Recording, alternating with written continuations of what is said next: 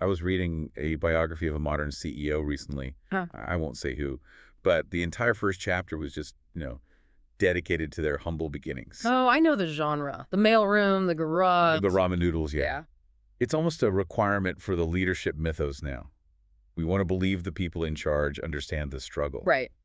But it got me thinking, how long does that understanding actually last? That is the million-dollar question. Does the memory of the mailroom survive 30 years in the corner office? Or does the view from the top eventually just rewrite the memory of the bottom? It's Exactly. a question of data retention, really, Yeah. emotional data.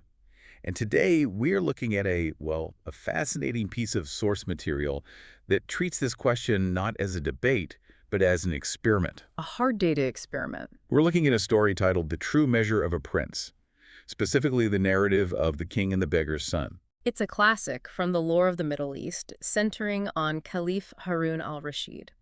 And, for those who might only know him from the Thousand and One Nights, it's important to frame who this guy was. He wasn't just some figurehead. No, not at all.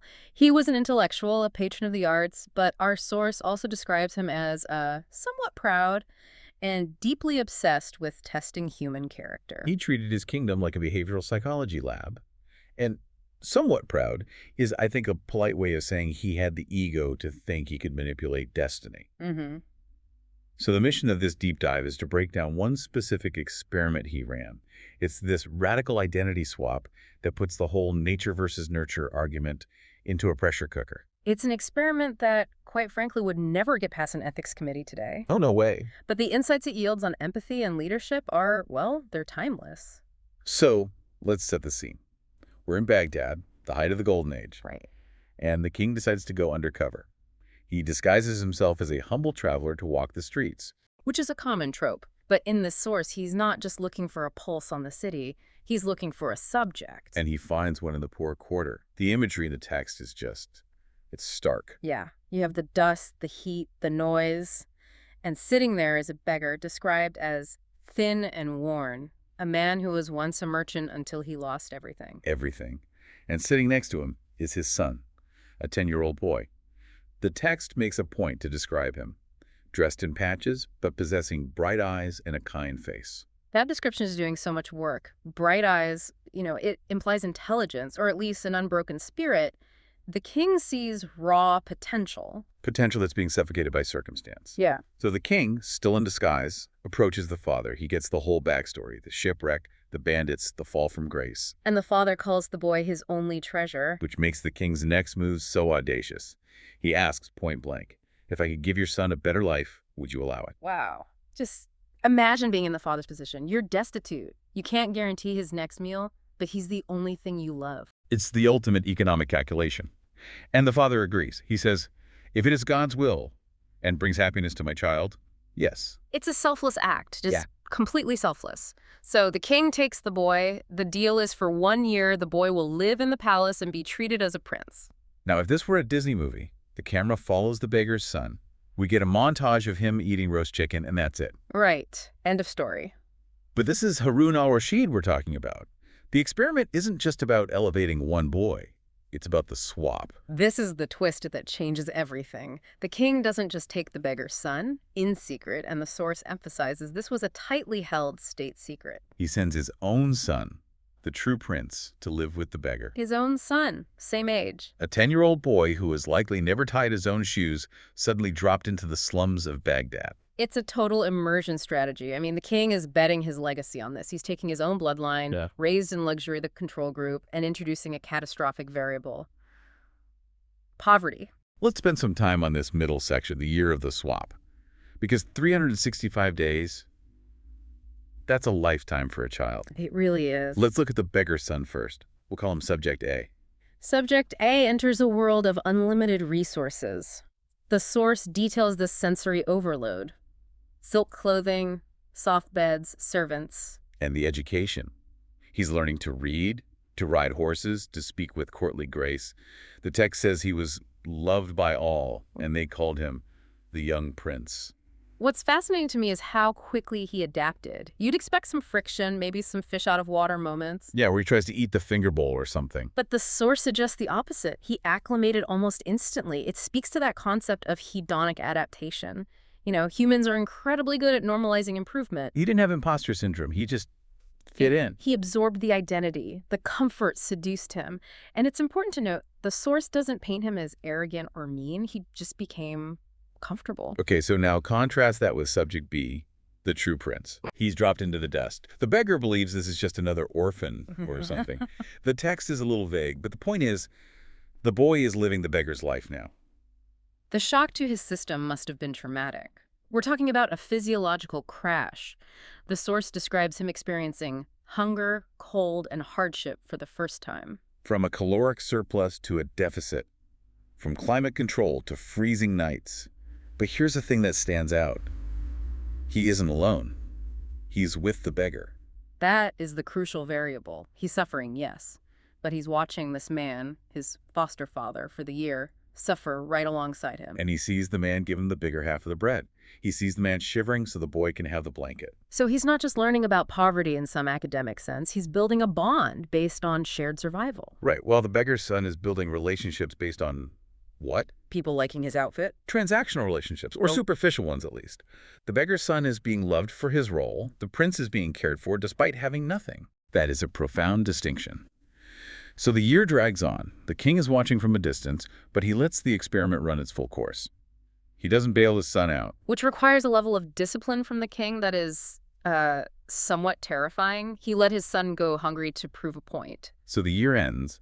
The experiment concludes. The king summons everyone to the palace. This is the moment of truth. And the visual contrast in the throne room is it's vital here.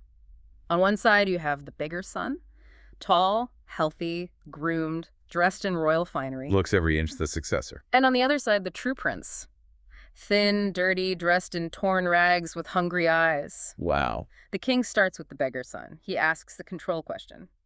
Do you remember your father, the beggar? And this is a trap, right? If he says no, he's a liar. If he says yes, he has to confront it. And he answers honestly, yes, my lord, I remember him with love. Okay, good start. He hasn't turned into a complete monster. But then comes the caveat. He follows up with, but now I am a prince. I wish to remain in the palace forever. It's a logical answer. I mean, who in their right mind would say, actually, I'd prefer the dust and the starvation, please? It is entirely rational. It's the answer of self-preservation. But in the context of leadership, it reveals a critical failure. The comfort has acted as an anesthetic. He remembers his father with love. But that love is abstract now. It's a distant memory. It's not strong enough to compel him to leave his comfort. He has detached. He sees poverty as something he escaped, not something he needs to fix. Right. He's graduated from the suffering class.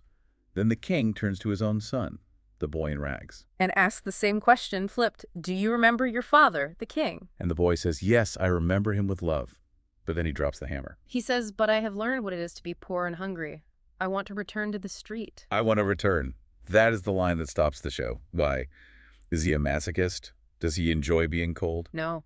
And this is where the story pivots from a simple fable to a lesson on duty.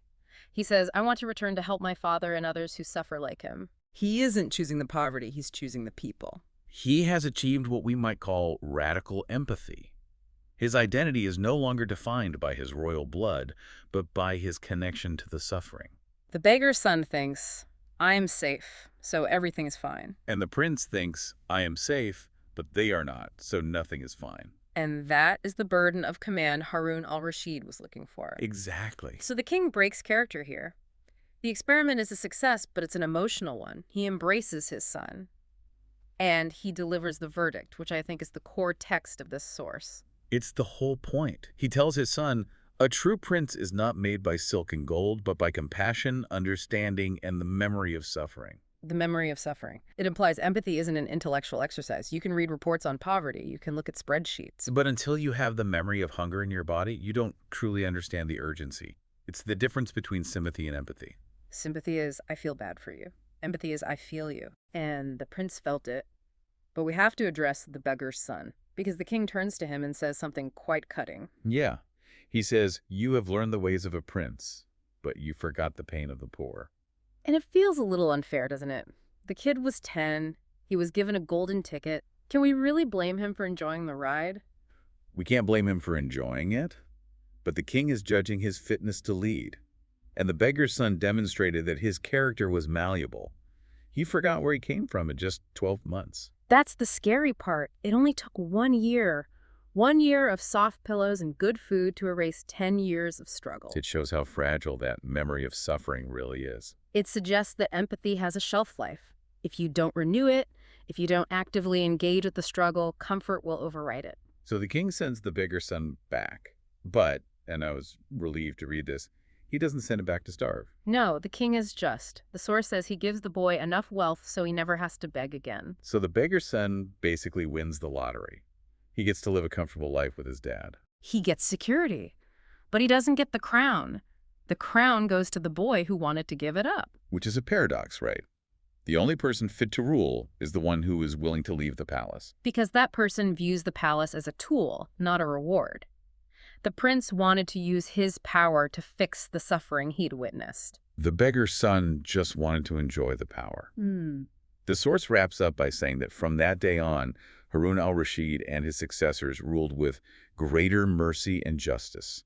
Now, whether that's historically accurate or just a nice bow on the story, the implication is clear. The experiment worked. It created a leader who had bridged the gap. And if we zoom out to our world, this is the crisis of modern leadership. We have very few mechanisms for this kind of identity swap. We live in bubbles. I mean, our algorithms are neighborhoods. We are the beggar son. We're surrounded by comfort, and it is very, very easy to forget the dust outside. And we actively try to forget it. I mean, that's the dream, right? Upward mobility. But the warning of the story is that in that upward movement, you risk leaving a piece of your humanity behind. You risk losing the data, the emotional data that tells you what matters. Exactly. When you're a leader of a company, a team, a family, whatever, you're making decisions that affect people with less power. If you have no memory of what it's like to be powerless, your decisions will inevitably be flawed. The true prince didn't say, I want to implement a tax reform policy. He said, I want to go back to the street. His response was visceral, urgent. That urgency is what makes a great leader. It's the difference between a bureaucrat and a visionary. So if we can't literally swap our kids with strangers, and legal has asked me to remind you, please don't do that. Please don't. How do we apply this? How do we keep the memory of hunger alive in a comfortable life? It requires intentional friction. You have to step out of the bubble. It might mean volunteering in a way that isn't just writing a check, but actually being present in uncomfortable spaces. It means listening to the beggar, not as a project, but as a peer. And it means constantly checking your own adaptation. When you get that raise or that new car, ask yourself, am I getting too comfortable? Is this comfort silencing my empathy? It's a maintenance task. You have to scrub the windshield every day, or the dirt, or in this case, the silk builds up and you can't see out anymore. That's a great analogy. The beggar's son let the silk cover his eyes. So here's the thought I want to leave you with. It's a bit provocative, but that's why we're here. We all like to think we're the true prince in this story. We all think that. We think, if I were in charge, I'd be benevolent, I'd help the poor, I'd remember. But the data from the beggar's son is haunting. He was a good kid. He loved his dad. But 12 months of comfort was all it took to make him choose the palace over the person. So the question is, how fragile is your empathy? If you were given everything you ever wanted tomorrow, how long would it take before you forgot the people who have nothing? Is your character carved in stone, or is it written in sand? The king found out the truth about his son. Maybe it's time we find out the truth about ourselves. Rule with the memory of hunger, whatever that hunger looks like for you. Thanks for diving deep with us. We'll catch you on the next one.